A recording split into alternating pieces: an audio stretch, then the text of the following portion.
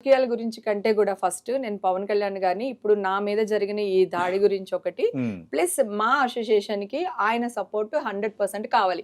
ఎందుకంటే క్యారెక్టర్ ఆర్టిస్ట్ని కానీ హీరోల్ని కానీ ఎవడు పడితే వాడు వాళ్ళ ఇష్టం వచ్చినట్టు వాళ్ళకి ఫేమ్ రావడం కోసం మాట్లాడతారు సార్.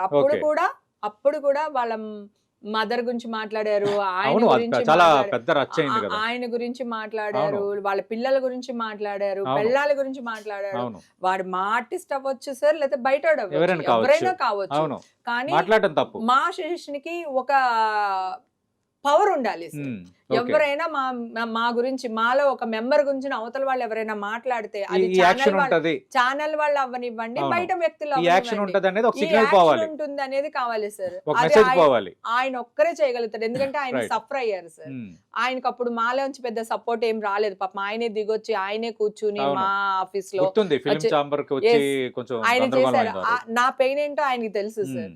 సో మా అందరికి ఒక శక్తి ఉండాలి. రేపు పొద్దున ఎవరి మీద న్యూస్ వచ్చినప్పుడు కోర్టులోంచి వచ్చే వరకు మా ఆర్టిస్టుల పేరు ఎత్తితే మర్యాదగా ఉండదు అనే ఒక న్యూస్ వెళ్ళాలి సార్. అంటే దాసనారాయణ తర్వాత ఇండస్ట్రీ పవన్ కళ్యాణ్ చూస్తున్నారా? అవును సార్, నేను చూస్తున్నాను సార్. ఇండస్ట్రీ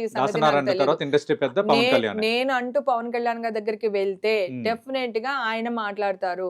నేను మా అసోసియేషన్ బాగోగుల గురించి ఆయన దగ్గర డిస్కషన్ చేయాలి సార్. మాకు ఒక సపోర్ట్ కావాలి, ఫైనాన్షియల్ గా సపోర్ట్ కావాలి.